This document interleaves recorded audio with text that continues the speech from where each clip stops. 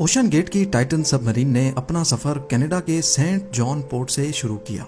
जिस लोकेशन पे इसको ओशन के अंदर डाइव करना था, ये सेंट जॉन से 700 किलोमीटर दूर नॉर्थ अटलांटिक ओशन में वाक़ है और इसी पॉइंट पर ठंडे पानी के नीचे ओशन की गहराइयों में टाइटैनिक का शिप रेक भी मौजूद है।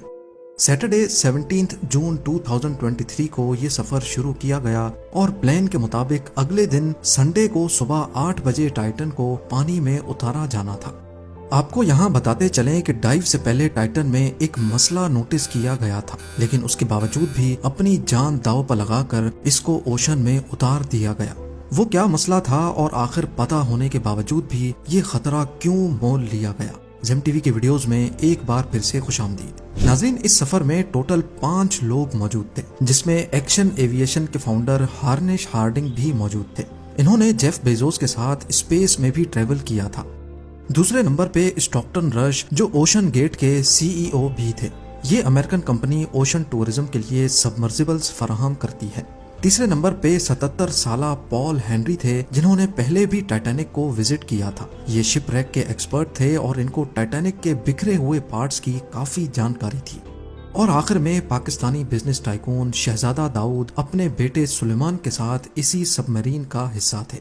17 जून को डाइव करने से पहले हार्निश हार्डिंग ने इंटरनेट पे अपना आखिरी पोस्ट किया था। उनका कहना था कि शदीद सर्द मौसम की वजह से उनकी डाइव डिले हो गई है। कल सुबह को जब थोड़े वक्त के लिए मौसम बेहतर होगा तो हम डाइव कर जाएंगे। ये 5 लोग अपना शौक पूरा करने के लिए मशहूर जमाना टाइटैनिक का मलबा देखने जा रहे थे। 1912 में डूबने के बाद अगले कई सालों तक इसको तलाश करने की कोशिशें जारी रही, लेकिन अटलांटिक ओशन की हार्श कंडीशन के बायस ये काम इतना आसान नहीं था।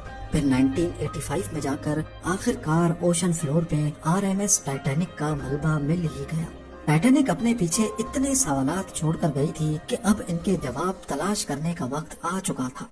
दर्जनों एक्सपेडिशंस अरेंज किए गए, जिसमें अलग अलग कंट्रीज के एक्सपर्ट्स और रिसर्चर्स ने टाइटैनिक शिपरेक का रुख किया।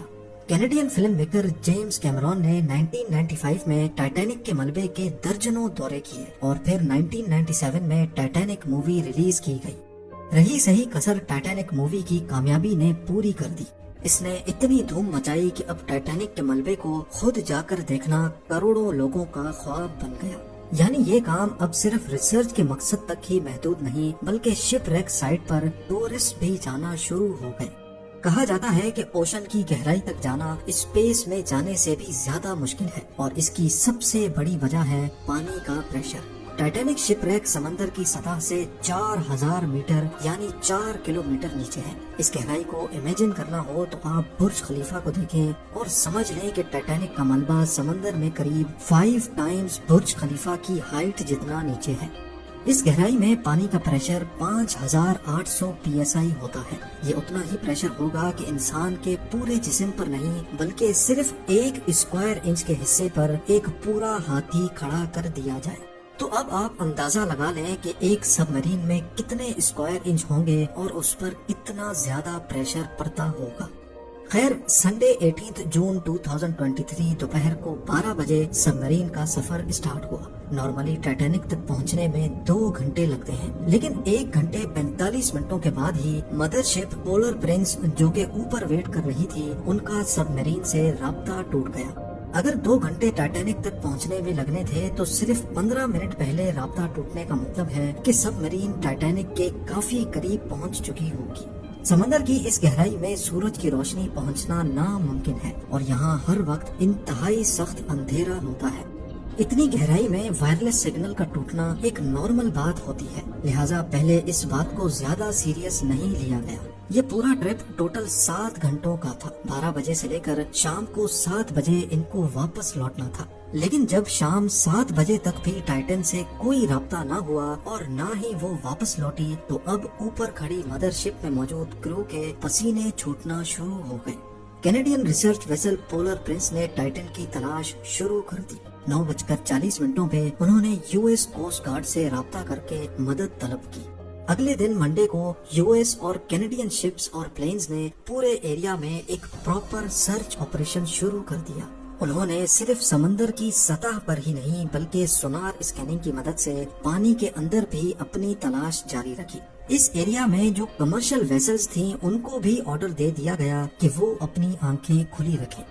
अगले 2 दिनों तक ये तलाश जारी रही, लेकिन टाइटन का कोई अता पता ना चल सका। लेकिन फिर एक उम्मीद की किरण नजर आई।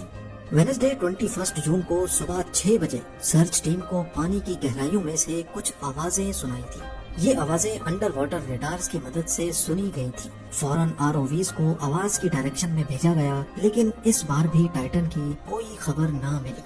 अब टाइटन को हमेशा हमेशा के लिए खो देने का डर बढ़ता जा रहा था, क्योंकि सबमरीन में जितना ऑक्सीजन था वो सिर्फ 96 घंटे या फिर 4 दिनों तक का था, और इस वक्त तक 4 में से 3 दिन गुजर चुके थे।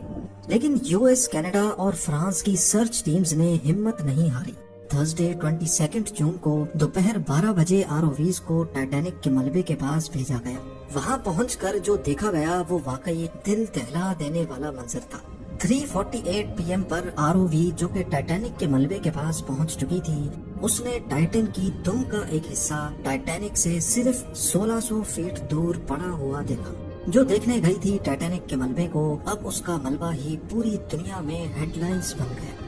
इसका सिर्फ एक ही मतलब है कि सबमरीन पानी का प्रेशर बर्दाश्त ना कर सकी और समंदर की गहराइयों में ही फट गई। इस खबर ने पूरी दुनिया में जैसे हलचल सी मचा दी। ओशन गेट की सेफ्टी पर कई सवाल खड़े किए जाने लगे।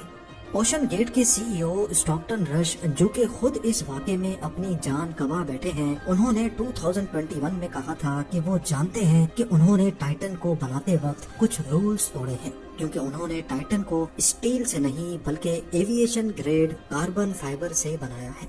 पर वो इस इंडस्ट्री में कुछ नई इनोवेशंस करना चाहते थे, तभी स्टील को रिप्लेस करके कार्बन फाइबर का इस्तेमाल किया गया था। पहली बार लॉन्च से पहले टाइटन को 5000 से 10,000 PSI के प्रेशर पे टेस्ट भी किया गया, जिसमें वो पास हो गई थी।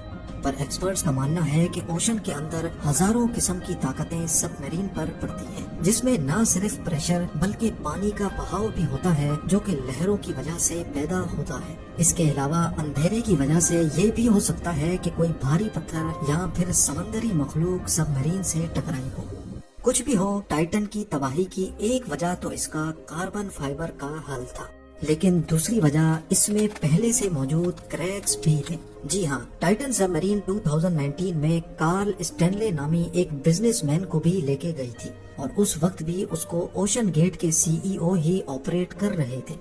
कार्ल ने बताया कि उस सफर के दौरान जब वो नीचे जा रहे थे तो उनको टाइटन की बॉडी में से क्रैकिंग की आवाज सुनाई दी थी। One point, I was actually even able to drive the submarine towards deeper water by the sound of the cracking getting louder. उस वक्त उन्होंने इस आवाज पर ज्यादा ध्यान नहीं दिया, क्योंकि उनको ओशन गेट के सीईओ, जिन्होंने खुद ये सबमरीन डिजाइन की थी, उन पर पूरा भरोसा था।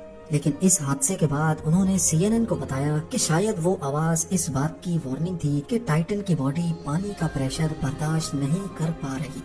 अगर ये बात सच है तो इसमें कोई शक नहीं कि टाइटन की बॉडी में क्रैक्स पड़ना पहले से शुरू हो गए थे। 2018 में ओशन गेट के एक एग्जीक्यूटिव ने टाइटन की कार्बन फाइबर बॉडी के खिलाफ आवाज उठाई थी। उनका कहना था कि ये मसला सबमरीन के फटने से सिर्फ चंद मिली सेकेंड्स पहले पता पड़ेगा, और हकीकत में भी ऐसा ही हुआ। जिस गहराई में टाइटन फटी है, एक्सपर्ट्स का कहना है कि उसको फटने में सिर्फ 0.3 सेकंड्स लगे होंगे। उम्मीद है जेम टीवी की ये वीडियो भी आप लोग भरपूर लाइक और शेयर करेंगे। आप लोगों के प्यार भरे कमेंट्स का बेहद शुक्रिया। मिलते हैं